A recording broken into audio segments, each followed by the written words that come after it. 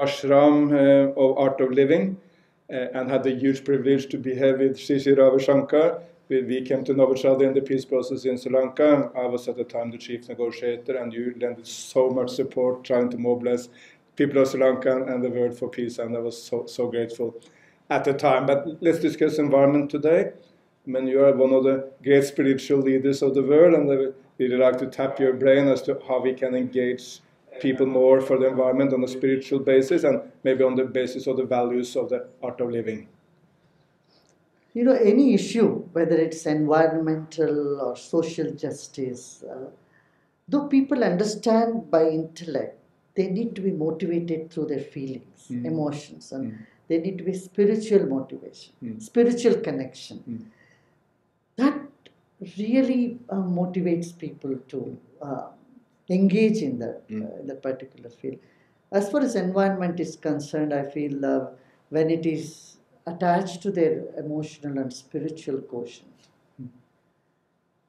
the result is much faster.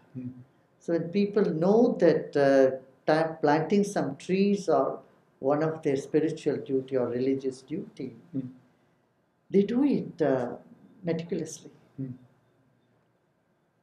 One of the, in my view, big failures of environmentalists sometimes in the world is that they try to bore people into action. It's so boring and it's so intellectual, rather than speaking to people out there in the homes, whether it's in Uttar Pradesh or in Texas, it doesn't matter, but you need to speak to people. Emotional connection. Exactly. With any project. A sense of ownership with the project. But how can we really turn environment into a mass movement which engage every citizen in the world? I mean, everyone understands that we need to protect Mother Earth, but how to turn this into a real mass movement? First of all, we have to make them understand we cannot spoil the water or earth. Keep its purity, maintain cleanliness, and then how plants and trees are so important to our existence. Then festivals need to be created around them. You know, it's the festivities that really bring the community spirit. All through India, there are festivities when people forget all their differences. They join together, they celebrate. So there is a term called Vana Mahotsav in our ancient scriptures. Vana Mahotsav means celebrating the forest. You know, so creating that type of forgotten rituals again, bringing them back is one way. Second is here, fortunately, Indian psyche is very much attached to rivers. For any ceremony at home, first you you revere the water as so sacred, and you attend to that. So educating people, keep them clean. And they also need some scientific support. See, villages, they do respect nature, but they are not aware that some of the harmful chemicals are going to destroy the earth forever, like some of the pesticides, some of the chemicals. That education is not there. So we need to educate them in natural farming, organic farming, and the impact of harmful chemicals like DDT powder. It's banned all over the world, but here people are not aware of it. So just to keep the flies away, they throw these powders. But those chemicals harm the earth.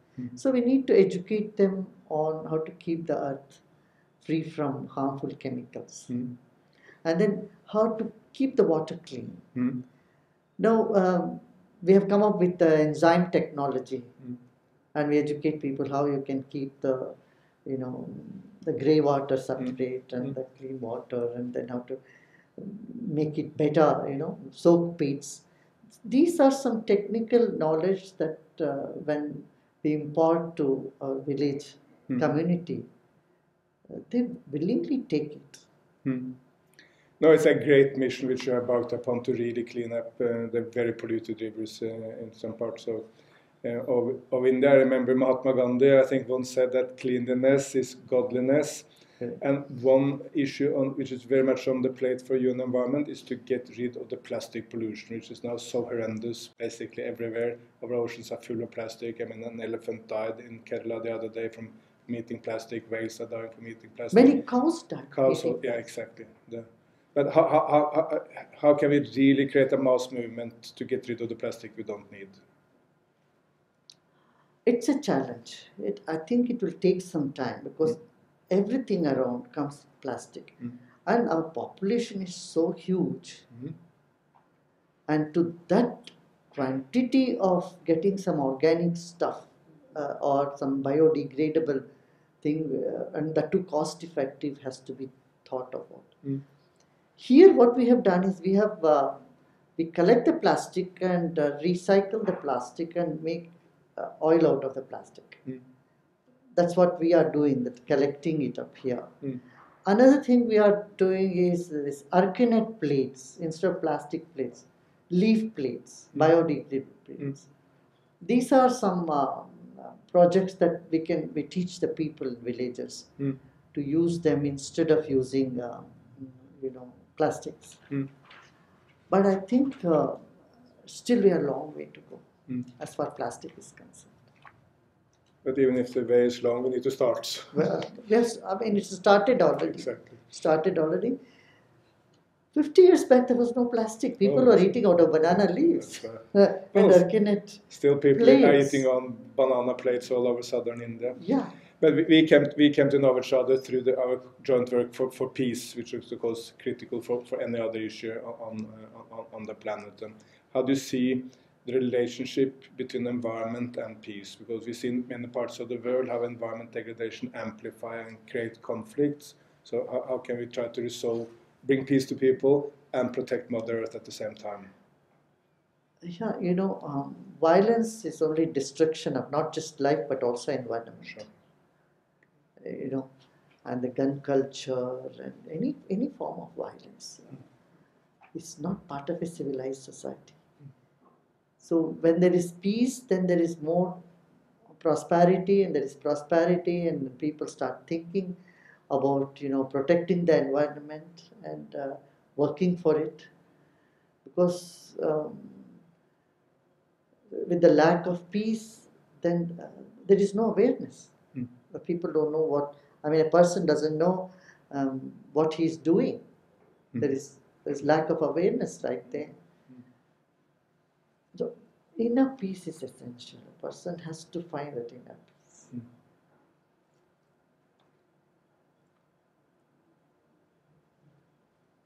I think peace is the basis for development. And yoga, meditation, many of these techniques are a part to the way to get that. And community connection between people in community, and different communities feel connected to each other. And environment could be a very good project where everyone come together and work. I want to tell you, for example, when there was the tsunami, it in a very strange manner united people of all religions, and because it's a matter of survival. Temples were open to everybody, churches were open to everybody, masjids were open. So you could see the unity among people when there is a disaster. No, I was in Sri Lanka at the time, and of course Tamils, Sinhalese, Muslims all came together. Everyone came because all had suffered. People had lost. I met a man who had lost 5 children in his family, and it didn't matter whether it was Tamil or Sinhalese. I mean, we did not have to wait for a disaster to unite us. We can take a mission of environment that can unite everybody together. Planting trees. Every religion, every community, every class of society can join together and plant trees. While it's caring for water bodies, everyone can unite and care for water bodies. See, in Sholapur there was a lake which was all algae and it was very dirty, and it was like a dump yard. And the municipal of Sholapur said they need 100 crores, and that means 10 million rupees. To 100 crores is what? 100 crores is? 1 crore is 10 million. 1 crore is 10 million, per 10, 12 million. 100 crores is? $50 million. No. 150 million. $150 million. They said it will take $150 million to clean that one lake there. And it's when our volunteers jumped in, they did it for nothing, This is for 1 million rupee. They could clean the whole lake. And when volunteers came together and they all do as their responsibility, social responsibility, I think there is a great potential. They can achieve much more than what you could achieve otherwise. Let me thank you. It's great to be with you, and the ashram here in Bangalore is so fantastically beautiful. You will be pleased to hear that for the first time in my life I did yoga this morning here in Bangalore. But much more importantly, we are with you in your global fight for peace and to protect the environment, and let's see how we can jointly be more effective in that endeavor. Peace and environment is so central to every individual on planet Earth. So thank you for all you're doing here, and thank you to all the great people in the ashram. Nice to have you, Erik, and please continue doing your great work you have been doing around the world, Nepal or Sri Lanka. Now you are doing in Africa, and for the United Nations. We are very proud of you and what you are doing. Thank you so much. Thank you.